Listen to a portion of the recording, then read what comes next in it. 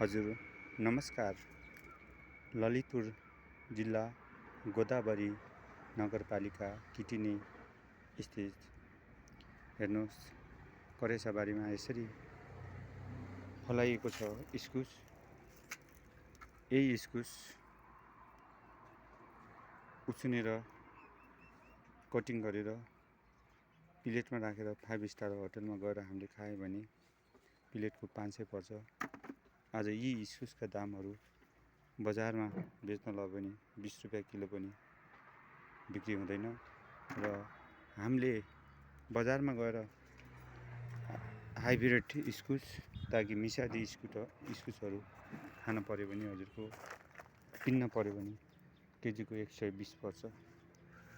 आज दुःखदको कुरा छ, यी मैले दुःखदले फलाएका यी इस्कुसको आज दाम छैन हजुर। यस्तो छ इस्कुसको क्वालिटी, यसरी फल्छ। उदाय अस्ताएको घाममा फलेको यी इस्कुसहरू, यी मुस्तानी स्याउ जस्ता इस्कुसको आज दाम छैन। तसर्थ ठिक छ, दाम नहोस्, चित्त दुखाउँदैन, मन दुखाउँदैन। जे जति हुन्छ इच्छा कसैले लाना गर्नुहुन्छ म दिन्छु, कसैले माग्नुहुन्छ अर्डर गर्नुहुन्छ म उहाँहरूलाई दिन्छु।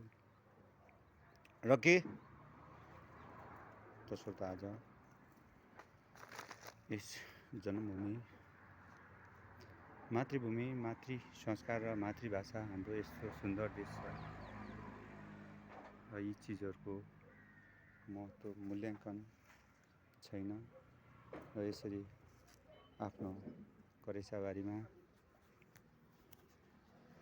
यी बोट बिरुवाहरूसँग खेल्दै नाच्दै यसरी खाली खुट्टा यस नेपाल आमाले जन्माएको नेपाल भूमि, अद्भुत सुन्दर भूमि, सधैँ यसै गरेर नेपाल आमा हे माटो म हजुरसँग खेल्न पाऊँ भन्दै मेरा यी शब्दहरू यहीँ विश्राम गर्छु।